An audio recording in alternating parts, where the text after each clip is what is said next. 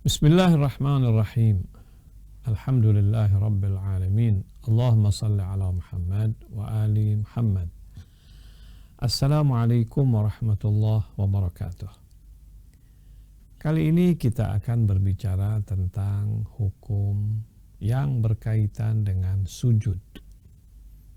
Sujud wajib dalam sholat. Setiap kali kita sholat, pasti dalam setiap rakaatnya ada 2 sujud. Nah, dalam mazhab Ahlul Bait, sujud wajib di atas tanah.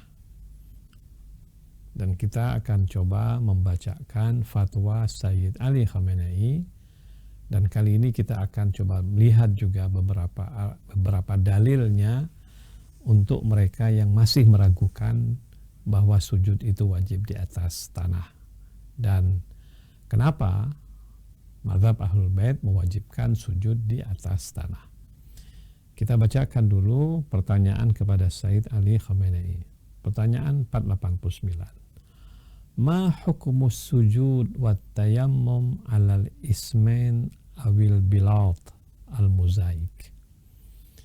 Pertanyaannya, apa hukum sujud dan tayammum dengan menggunakan semen, maksudnya di atas lantai, ya. Apa hukum sujud dan tayammum di atas lantai atau tayammum menggunakan lantai, di mana lantai itu bisa jadi pakai marmer atau pakai mozaik atau tidak pakai marmer, ya. Beliau di sini mengatakan la iskala fi sujudi alaihima wa tayammum bihima. Boleh sujud di atas lantai tadi, dan lantai yang bermarmer atau tidak, dan bahkan tayammum menggunakan lantai tersebut, ya, dan menggunakan marmer tersebut juga boleh hukumnya. Walaupun beliau mengatakan wa in kana al-ahwat tarkut tayammum bihima. Walaupun lebih baik kalau ingin tayamum tidak di atas lantai yang bermarmer atau tidak tersebut. Oke. Nah, pertanyaannya, apakah dalam Syiah itu ada dalil bahwa sujud harus di atas tanah? Nah, kita melihat ada hadis-hadis Nabi Shallallahu Alaihi Wasallam, baik yang tercatat di dalam kitab-kitab Ahlus Sunnah atau di dalam kitab-kitab Syiah, tentang wajibnya sujud di atas tanah. Qala Rasulullah Shallallahu Alaihi Wasallam, ju'ilat liyal ardu masjidan wa tahura. Nabi bersabda, telah dibikinkan untukku, telah dijadikan untukku tanah sebagai tempat sujud dan suci. Jadi Nabi SAW mengatakan memang tanah itu Allah ciptakan untuk kita, dijadikan untukku sebagai tempat sujud. Masjid, dan di sini bukan masjid dalam pengertian tempat masjid yang kita pahami, ya. Maksudnya tempat sujud. Masjid itu artinya tempat sujud. Dan hukumnya juga suci. Sama seperti air hukumnya suci, tanah juga hukumnya suci. Jadi Nabi mengatakan ju'ilat liyal ardu, telah diciptakan untukku tanah sebagai tempat sujud dan suci. Nah, hadis ini ada dalam kitab-kitab Ahlus Sunnah, Sahihul Bukhari juz 1 halaman 149, Sahih Muslim, Sunan Nasai, Sunan Turmudzi, Sunan Abu Daud, Musnad Ahmad, dan sebagainya. Dalam kitab-kitab Syiah juga disebutkan dalam kitab Kafi Al-Kulaini, dalam kitab misalnya Man la yahduruhul faqih, As-Saduq, dan sebagainya.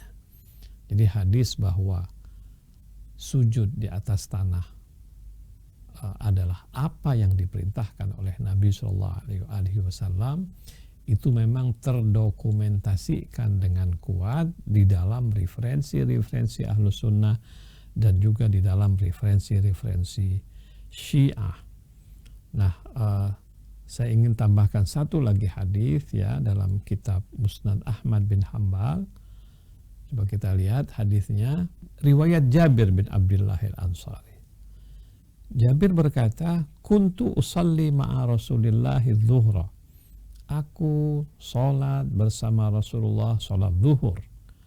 Fa'akhudh qabdatan min hasa fi kaffi atau fi kaffaya. Aku mengambil batu kerikil dengan tanganku, aku ambil dan aku letakkan di telapak tanganku, litabrud, agar batu tersebut dingin. Hatta asjuda alaiha, supaya aku bisa sujud. Kenapa? Min syiddatil harri, karena cuaca yang sangat panas. Kesimpulannya begini, Jabir bin Abdillah Al-Ansari berkata, aku mau sholat bersama Nabi, lalu kemudian aku mengambil batu-batu yang ada di padang pasir, kan panas itu batu kerikil. Aku ambil, terus aku letakkan di kedua telapak tanganku, lalu aku bolak-balikkan gini. Supaya apa? Supaya dingin, karena saking panasnya, aku bolak-balikkan supaya dingin, lalu dijadikan sebagai tempat sujud. Jadi Jabir bin Abdillah Al-Ansari mengisahkan tentang bagaimana sesungguhnya Nabi SAW dan para sahabatnya sholat pada waktu itu. Jadi mereka sujudnya di atas sesuatu yang berasal dari tanah. Nah, Jabir ngambil kerikil tadi yang kemudian didinginkan, lalu kemudian dia sujud di atasnya, sementara mungkin sahabat lain dia tahan misalnya dengan panasnya tanah yang ada, atau mungkin juga mereka melakukan hal yang sama. Ala kulli hal, dalil-dalil ini menjadi pegangan kenapa pengikut Ahlul Bait ketika sujud, maka mereka sujud di atas sesuatu yang berasal dari tanah. Mudah-mudahan Allah Subhanahu wa taala memberikan kepada kita ilmu yang bermanfaat. Wassalamualaikum warahmatullahi wabarakatuh.